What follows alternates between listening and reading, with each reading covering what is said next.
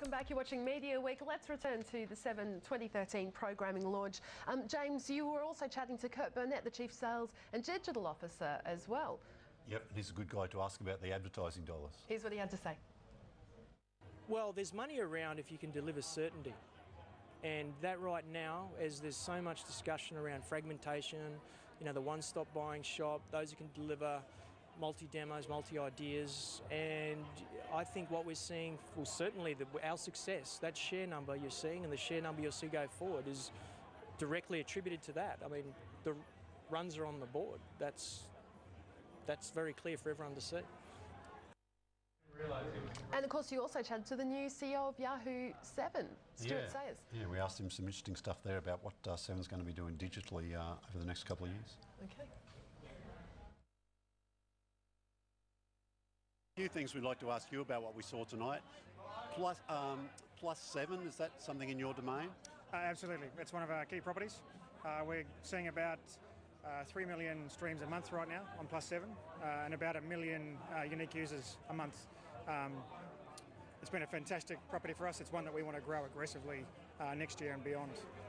They talked about it coming to mobile and tablet devices. There wasn't a lot of detail. Can you fill us in a little bit there? What we're seeing from our users is they have a real expectation that all the experiences will be across multiple devices and be very sort of device agnostic, if you like. So certainly part of our roadmap next year is to make sure that Plus 7 is available on any device when you want it, where you want it. Okay, so that will be rolled out sometime in 2013. Is that that sort of schedule? Yes, absolutely. Okay, what about download sort of audience measurement? We hear a lot about the phenomenal numbers you're doing, particularly home and away. Yep. What's sort of going on in the background there? Oh, look, I think it's this notion of actually amplifying the impact of the fantastic content.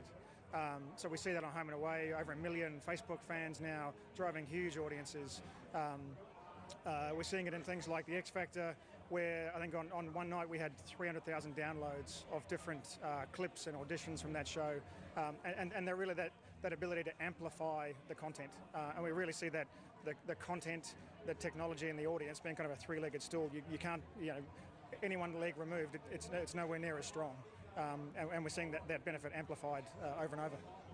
Online revenues are still pretty strong, particularly compared to other sort of media sectors. Are your colleagues in the group a bit envious that you get to get the good figures?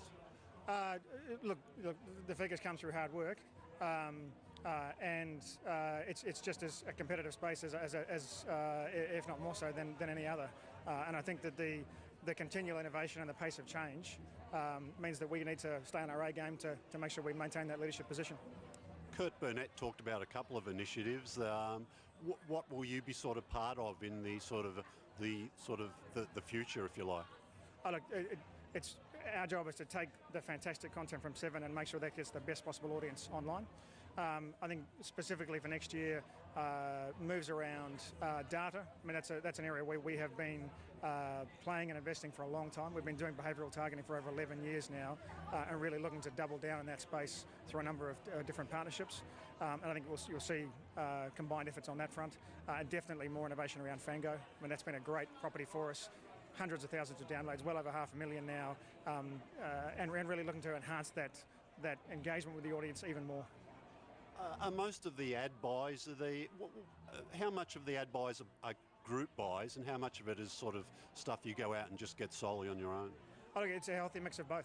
And we're seeing that advertisers want to engage across the entire network, and with certain messages they want to engage specifically on digital. I think it's very much driven by the campaign and the advertiser, but as I said, we're seeing a healthy mix of both. When it comes to rights, are you sort of, is the group getting rights that lets you handle most of the content, or there's still a few things you'd like to get your hands on? I think that the depth and breadth of content on Plus 7 is a really good indication of the kind of rights that we have open to us. There's a fantastic range of content there, from 7 shows to non-7 shows, over a good range of time as well. Great stuff. All right, to the radio sector, and plenty going on. Of course, we've been following the 2GB story closely, and ads returned this week. That, of course, after Macquarie Radio made that decision to go commercial free after Sure, yeah. Look, I think it was Tuesday morning they eased back into it. Some people, we won't go through them because it'll sound like we're trying to out the advertisers. But yeah, but immediately there was sort of a bit of social agitation again. Some of the advertisers got a bit nervous and sort of retreated for a second time. So I guess it's going to be a wait and see before how many people sort of return fully. But there's still some advertisers who've stuck by them. Of course, a big night as well with the Commercial Radio Awards. Who were the big winners? Yeah, absolutely. Look, a marathon evening. Probably Jonesy and Amanda walked away with the big prize of the night, sort of best on-air team. They also picked up a network award for their My Generation weekend program. Other winners, Kyle and Jackie O picked up something. Ray Hadley, Neil Mitchell got the best talk presenter, current affairs presenter, I think it was, and Graham Mott got inducted into the Hall of Fame. Fantastic. Just turning to News Corp, and of course the AGM held this week.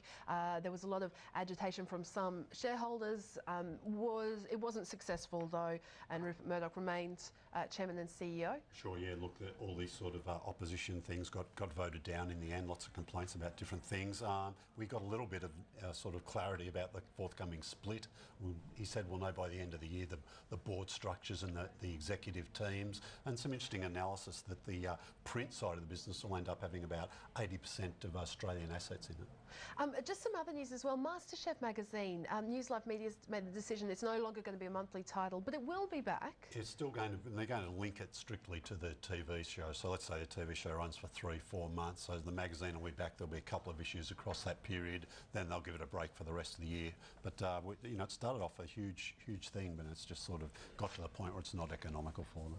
Let's have a quick look at the TV ratings and the top 10 free-to-air first for the week of 41. Yep, week 41. Yeah, they see Anne does Vietnam, top rating for 7. Yeah, does Vietnam, and he's back next year with some more things. We'll see a lot more of him next year. Very funny man. And 60 Minutes, of course, some news too. Liam Bartlett is stepping down as a reporter on 60 Minutes. Yeah, again, one of those contracts probably come up, and Nine sort of thought, you know, yeah, will we replace him? But there's speculation Carl Stefanovic might move in to fill up the sort of reporter vacancy there. And just finally looking at the subscription TV, top 10 for week 41, A-League there, top, and Rove doing pretty well for the sort of amongst the non-sport program.